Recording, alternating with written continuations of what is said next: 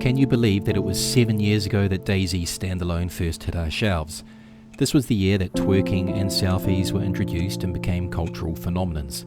DayZ Standalone was also a phenomenon, but it quickly was held up as a model on how not to release a video game. But it is 2020 now, and there has been a change in the wind. In this video, we're going to look at what has caused that change and what will be the experience that you have in DayZ nowadays.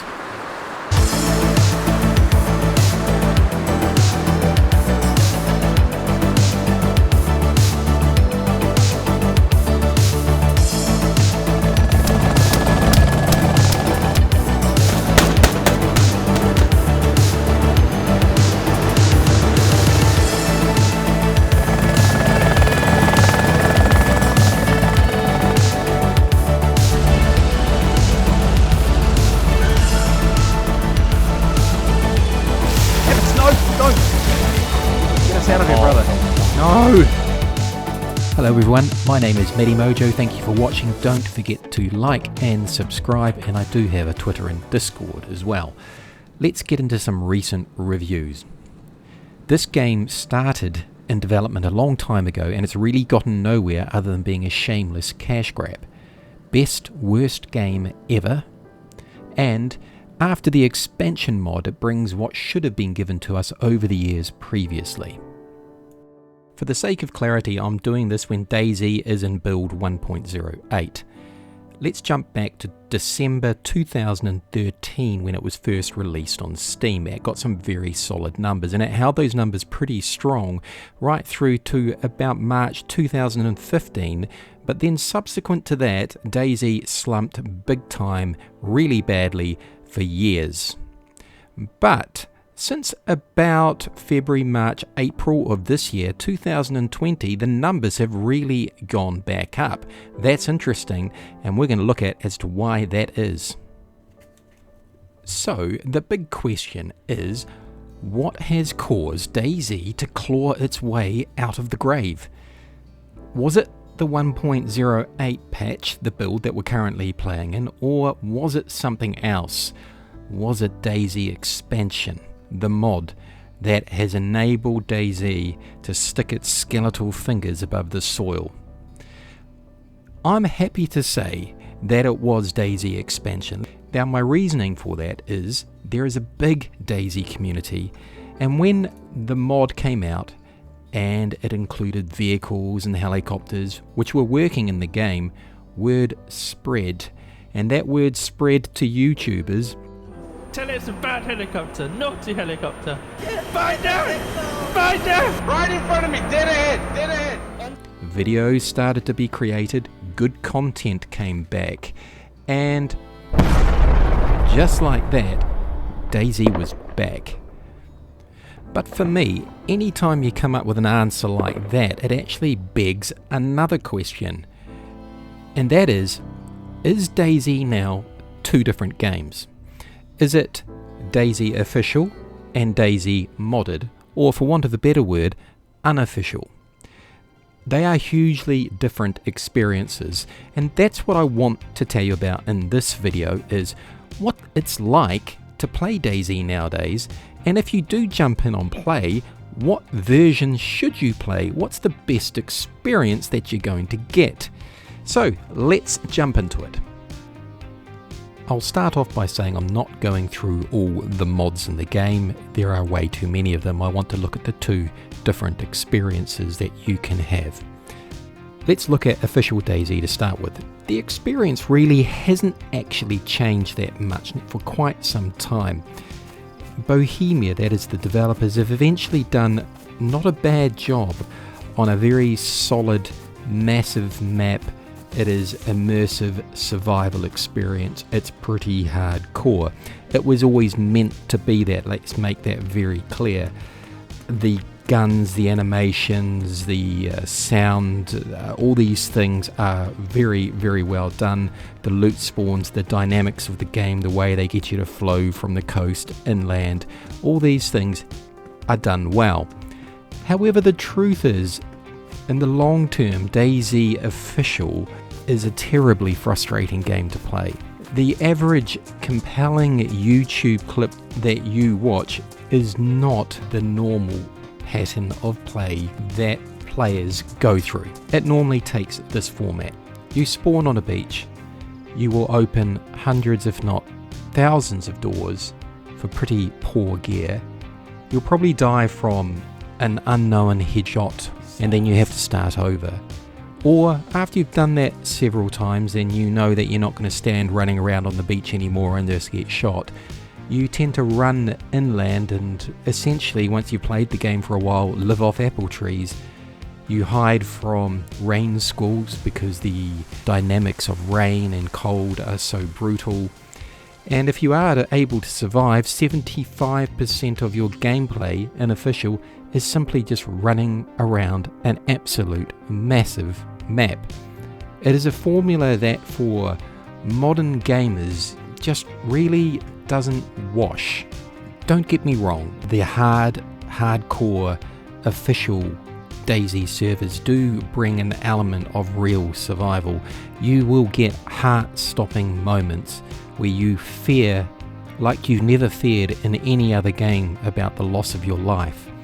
But the fact is that you always do die in DayZ, and when you die in DayZ, you will more often than not lose absolutely everything.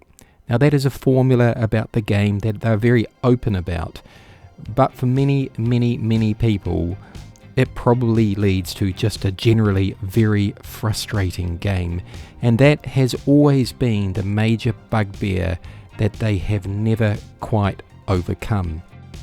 Another issue with official, of course, is that it's a massive map and there just isn't enough zombies, there's not enough wolves, there's not enough bears. The environment just seems really stale, empty and barren. In 2020, the modding community has saved the bacon of Bohemia, who are now reaping the rewards of modders. So the experience in DayZ in 2020, it is most likely to be a modded server which has anywhere from just a few mods onto it, maybe up to 20 or 30. So what are the types of things that you will find when you jump onto a DayZ modded server? Well, one of the first things that you will come across on a number of the servers is that they have mixed PvE and PvP elements. The maps will be mixed into PvP zones and PvE zones so that you can play as you want. There will be a mixture of players that come in. Traders, places that you can buy gear, you can sell gear, buy vehicles, buy supplies. It removes from DayZ the element of frustration. We've all had it. When I need, for example, a box of nails to complete a build, and for the life of me, a box of nails will not spawn in and I will spend hours looking for one. So traders are a way to overcome that. They add a very interesting element to the game. And of course, vehicles are a key one now that you find in all the modded servers. Vehicles are in, they run pretty damn smoothly. They have some glitches, but you can get around the map quickly. You can traverse great distances. It frees you up to explore this massive map and allows for some dynamic encounters. We'll find out. What's he driving? A nice car. Next up, helicopters. For me, I love helicopters. It's not so much about the flying of them, it's a helicopter flying overhead.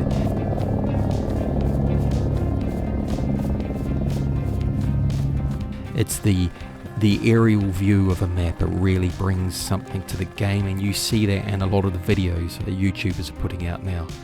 You will also commonly see loot or supply crates being dropped by Hercules planes buzzing overhead. These will contain things like first aid equipment, military good gear, ammunition, construction equipment, many different things, surrounded by hordes of zombies, and players will be drawn to those to fight over them. A great addition.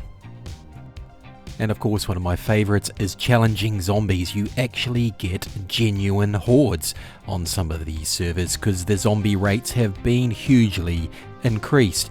You will also see some servers which don't just have zombies, they have monsters.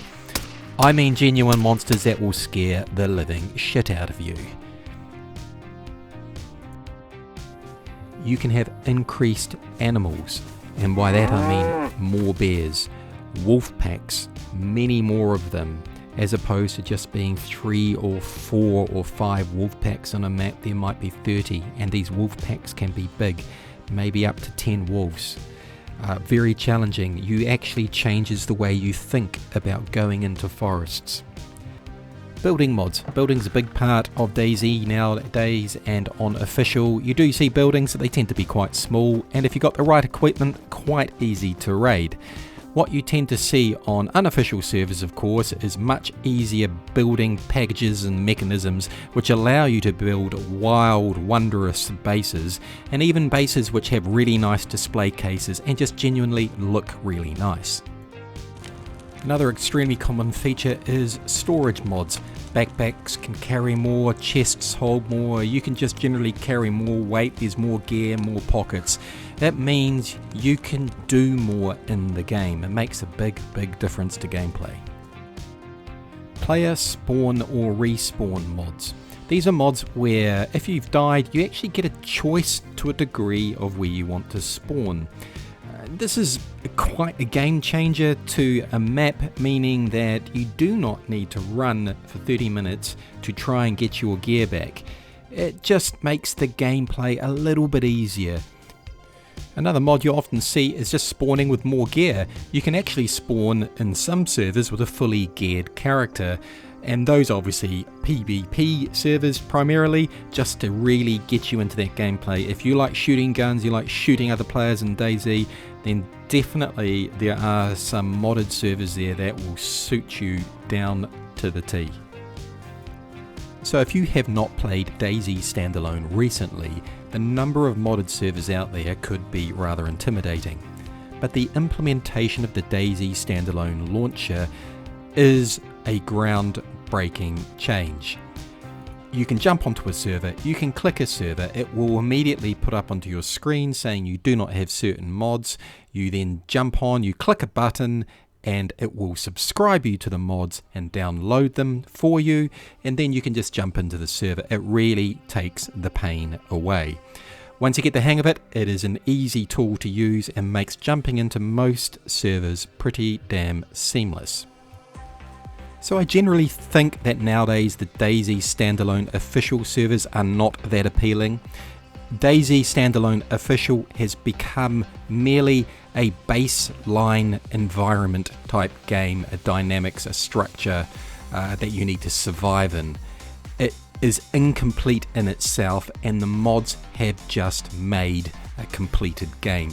So the official is just merely a structure which the mods have now tacked on to complete the game, which now enables you in 2020 to have a variety of different game experiences. So I highly recommend in 2020, if you're going to look at purchasing DayZ standalone or get back into it, get in there and look at the modded servers. It is the way to go, and it is a lot of fun. Don't forget to like and subscribe, that is always appreciated. I actually really appreciate it when people put comments in. It reminds me that people are actually watching some of these videos. I get that good feedback, love it, really love it. Hit the big button in the middle, and I think that takes you to the subscription. There should be a couple other videos on the screen there, and I do have a Twitter and a Discord if you just want to follow. I put the odd little video up and I put little comments up. You know what it's like. Social media, keep connected, all that sort of stuff.